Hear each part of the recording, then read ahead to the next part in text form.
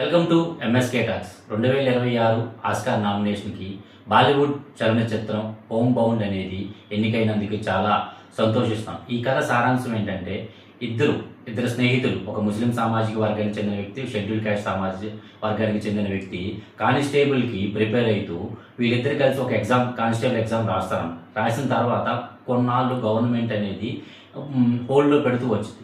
ఈ క్రమంలో ఏదైతే షెడ్యూల్ క్యాస్ట్ వ్యక్తి దీన్ని కనుక్కుంటూ ఉంటాడు. అలాగే ఒక రోజు కనుక్కునే సందర్భంలో గవర్నమెంట్ ఆఫీస్కి వెళ్తే అక్కడ అతను కేటగిరీ ఏంటని అడుగుతాడు. అలాంటప్పుడు ఇంతకుముందు ఇతను ప్రీవియస్ జరిగిన పరిణామాలు గుర్తొచ్చి ఎస్సీ అని చెప్తే మళ్ళీ ఏమన్నా ఇదవుతుందని చెప్పేసి జనరల్ కేటగిరీ అని చెప్పి అక్కడ అతను చెప్పగానే కుర్చీ తీసుకొచ్చి అతనితో చాలా సైకితగా మాట్లాడతాడు.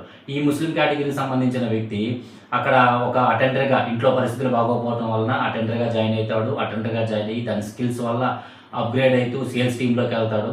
అలా అక్కడ ఒక మేనేజ్మెంట్ అనేది ఒక ఈవెంట్లో ఇండియా పాకిస్తాన్ మ్యాచ్ జరుగుతున్నప్పుడు ఇతను ఇండియా గెలిచిన తర్వాత వాళ్ళు ఇతన్ని పాకిస్తాన్ ఎందుకు వెళ్ళలేదని చెప్పేసి హేళనగా మాట్లాడుతుంటే అది అతనికి నచ్చక అక్కడ జాబ్ రిజైన్ చేసి బయటకు వస్తాడు. ఈ గ్యాప్లో ఈ షెడ్యూల్ క్యాస్ట్ అనే వ్యక్తి ఇది కానిస్టేబుల్ నియామకం లేట్ అవుతుంది, ఇంట్లో ఫైనాన్షియల్గా కొంచెం హెల్ప్ఫుల్ అవ్వాలని చెప్పి సూరత్ వెళ్ళిపోయి ఒక బట్టల కంపెనీలో వర్క్ చేస్తారన్నమాట.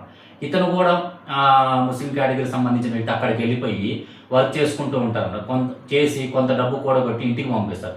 దాని కాలకృతం తర్వాత కోవిడ్ వస్తుంది. కోవిడ్ వచ్చిన తర్వాత వీళ్ళ దగ్గర ఉన్న డబ్బులు అయిపోతాయి. దాని తర్వాత అక్కడ గవర్నమెంట్ అనేది వీళ్ళని సొంత ప్రాంతాలకు పంపించే క్రమంలో వీళ్ళు ఒక లారీ పట్టుకొని వచ్చే క్రమంలో ఇతని ఆరోగ్యం చెడిపోయిన తర్వాత మార్గ మధ్యంలో తింపేస్తే అక్కడ నుంచి సుమారు 400 కిలోమీటర్ల కాలిబాటను నడిచే క్రమంలో ఒక గ్రామంలోకి వెళ్ళి మంచినీరు అడుగుతుంటే కనీసం ఆ గ్రామ ప్రజలు రానికోకుండా బయటికి పంపేస్తున్నారు.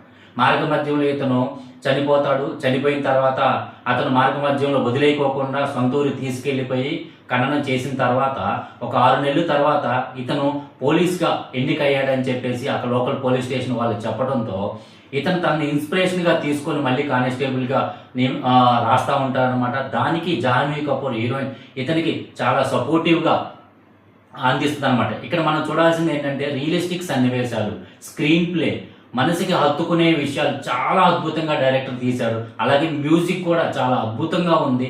అలాగే దీనిని షారూఖ్ ఖాన్ గారు కానీ అక్షయ్ కుమార్ గారు చాలా అభివర్ణించారు. ఇలాంటి మరిన్ని చిత్రాలు రావాలని, హృదయాలను హత్తుకోవాలని మనస్ఫూర్తిగా కోరుకుంటూ జై భారత్, జై హింద్.